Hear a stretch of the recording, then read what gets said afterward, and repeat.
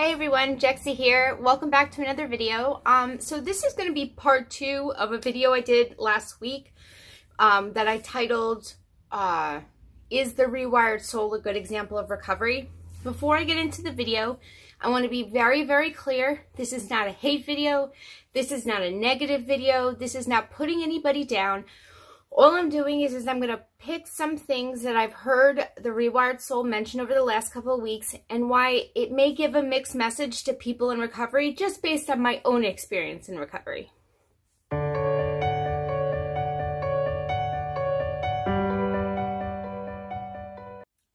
So there was a couple of things that I didn't get to talk to in my part 1 or that have happened since my part 1 that I just like to talk about. Again, I think when these things come up, it gives us a good way of discussing recovery and different recovery programs in a way that people can relate to.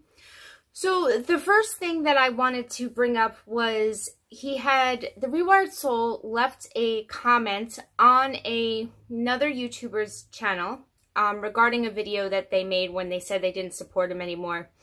So I'm not going to read the comments. I'm not going to go into that because I don't need to, this doesn't need to be like a drama thing. But the reason I wanted to bring it up is for myself in recovery, the person whose video that he left a comment on would technically be considered a newcomer to where Chris is, which is the Rewired Soul, in his recovery.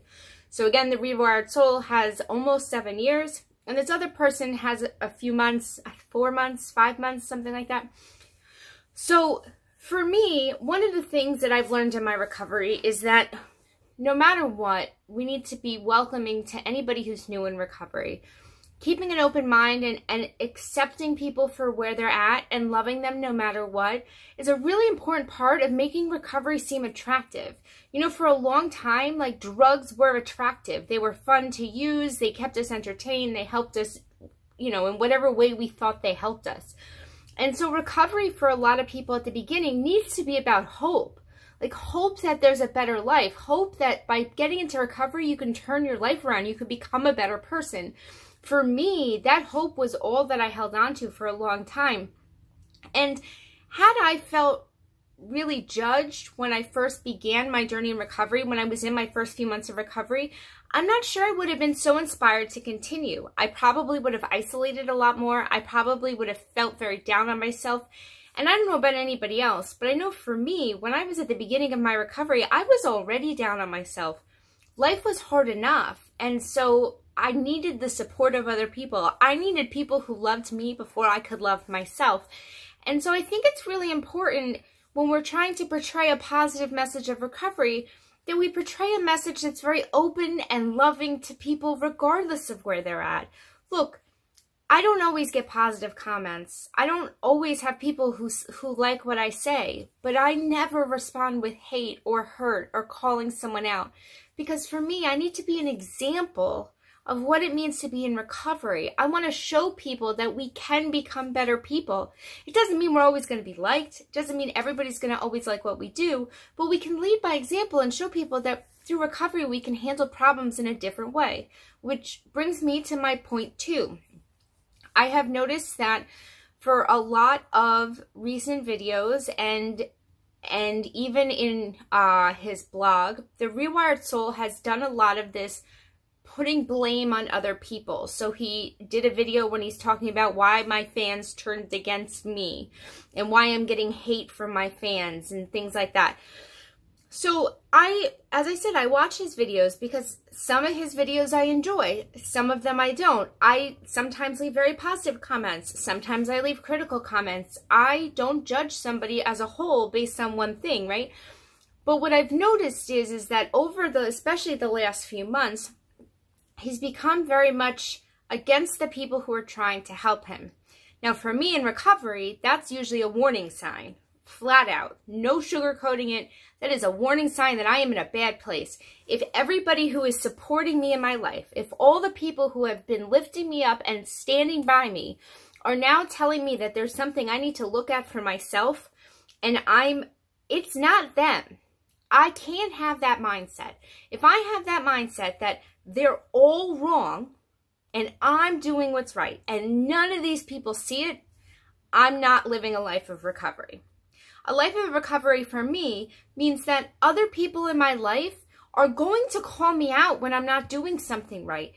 We hope that they do it in a loving and caring way, which I have seen a lot on the Rewired Soul. A lot of his very close fans, I've even said things to him as like, hey, here's some suggestions, right? Because again, as I said in my part 1, in recovery, we're about lifting each other up, supporting each other, wanting to see each other succeed.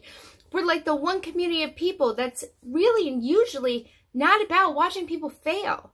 We want everybody who gets into recovery to succeed in recovery. So we help each other when we see that there's a problem, right? So it's been very disappointing to see how he's put down his fans' words and taken it as attack. For me, if that was where I was at, it would be a very bad sign for me. It would be a sign that I was moving away from recovery and possibly towards relapse. Now, I'm not saying that's what he's doing. I'm just talking about myself. If I'm ignoring everybody's comments and suggestions, not the haters, not trolls, the people that have been supporting me, the people who have been lifting me up, if every one of them is telling me that I am going down a bad path, part of my recovery is taking a step back, listening to what they're saying, and seeing if it's right.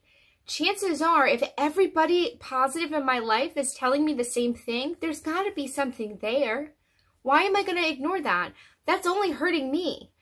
So well, I don't know if it's the last one, but the other thing that I was a little thought gave a mixed message, and not necessarily a bad message, but just a mixed message in the recovery community, was in his blog article where he talked about different philosophy styles and whether it's best to do the right thing for each person or the greater good, right?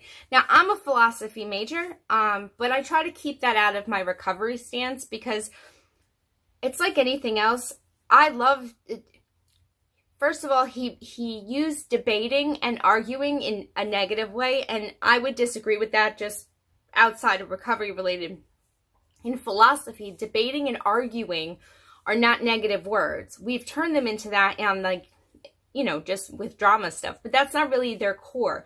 Arguing is if I'm giving you one side of the story, a perspective on something, and you're giving another side, and we're discussing counterpoints.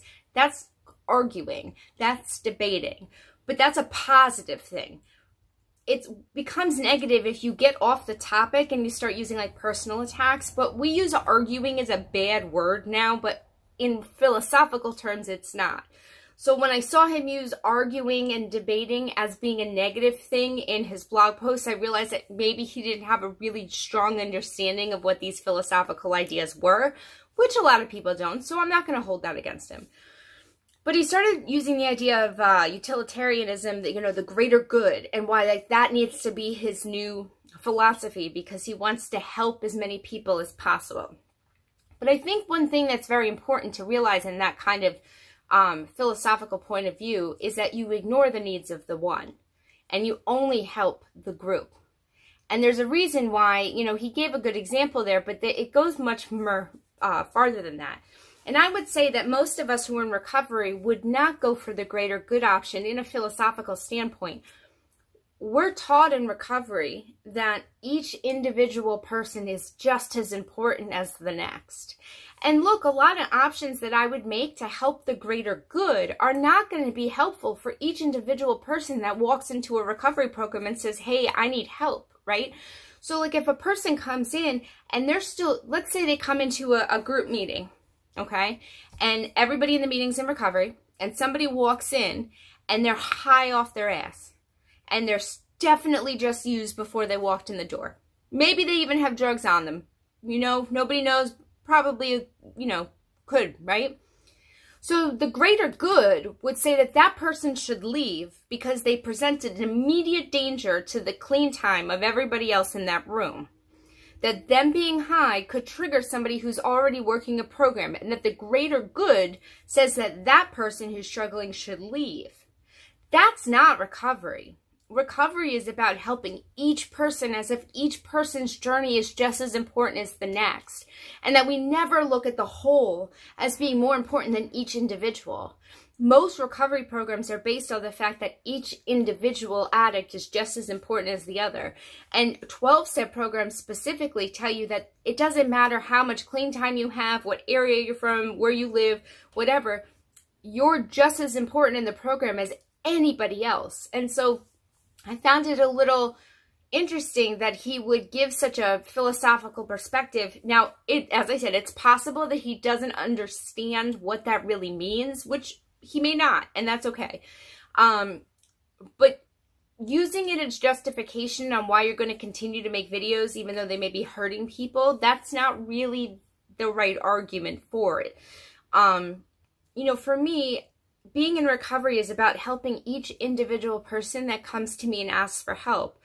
I can't help everybody, and my goal is not to go out and help everybody. My goal with my channel is to share my experience and allow people to come to me if they're interested in what I have to say.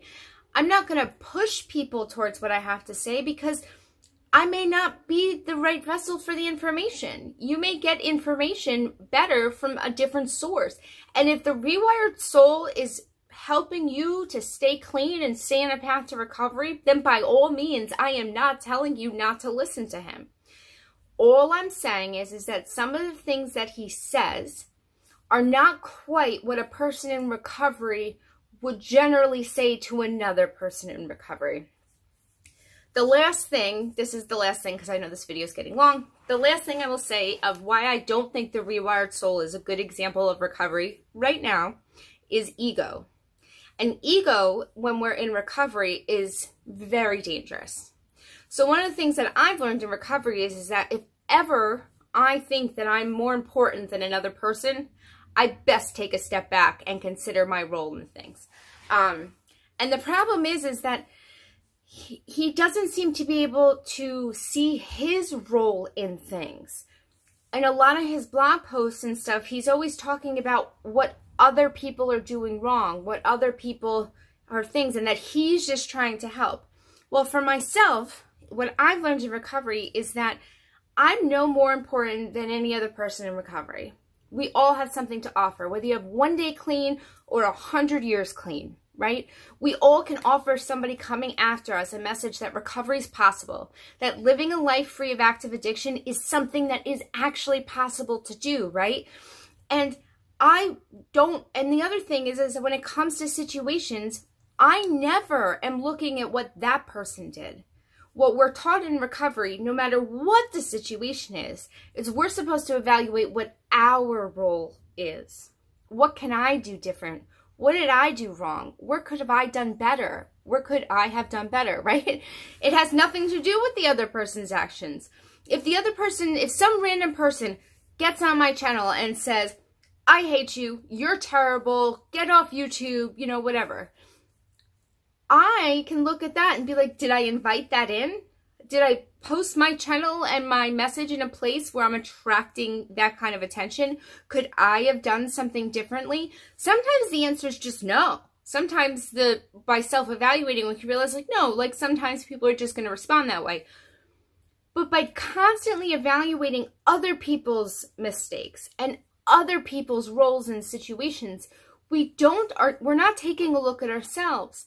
And in my recovery, everything I was taught says that taking a look at myself, being humble enough to recognize my role in any given circumstance, in any conflict, keeps my ego at bay and helps me to move forward. The minute that I think I know more than anybody else is the minute that my recovery is in trouble. That's just something I've learned. And look, I'm not saying that my way is always right or that the way I look at things is correct, but I see a lot of people who are new in recovery or struggling going to the Rewired Soul for suggestions, for help, and it seems like lately they're not getting that response that they're hoping for. And so I just hope to reach out to those people and say, hey, you know, we're not perfect. A lot of us do things and we get in a bad place. Doesn't mean he's a bad person. It doesn't mean he's not trying to help. But what I want to do is let people know there's another way. We don't have to be antagonistic to people. I don't have to attack you. And I just have to let you know that you matter. Your recovery matters. I'm never going to judge your journey. And if you want to know that it's possible, I'm here to tell you it is. Living a life free from active addiction is possible, and you can do it. So thank you guys so much for watching part 2 of this video. I hope it had some more information. Again, I want to be really clear. This is not a hate video. I don't hate anybody. You know, I may not like certain things that some people do, but I don't hate people as a whole. Never have. I never will. You know, we all have differences of opinions. I just want to make sure that people who come to my channel are clear on my perspective of recovery, understand the type of recovery program I work, and know the kind of videos that I put out, and so they know how to get the help they need. Again, my descriptions always have resources linked. They're automatically put into every video I have. There's websites to 12-step programs and governmental help and all sorts of things. So if you're looking for resources, always check the description box. You can always reach out to me. I respond to every comment I get, even if it's not nice. If you like this video, please give it a thumbs up. That helps me a lot. Leave a comment. Let me know your thoughts. Are these videos helpful or are they not? If there's anything you ever want me to talk about, you can comment it down below. And again, I really hope that you guys have a wonderful, wonderful week ahead. I'm sorry this video is coming out late. We had a bad stomach flu going around the house, so we're finally getting all back on track. And I appreciate your patience, and I hope you guys have a really great day. Bye, everyone.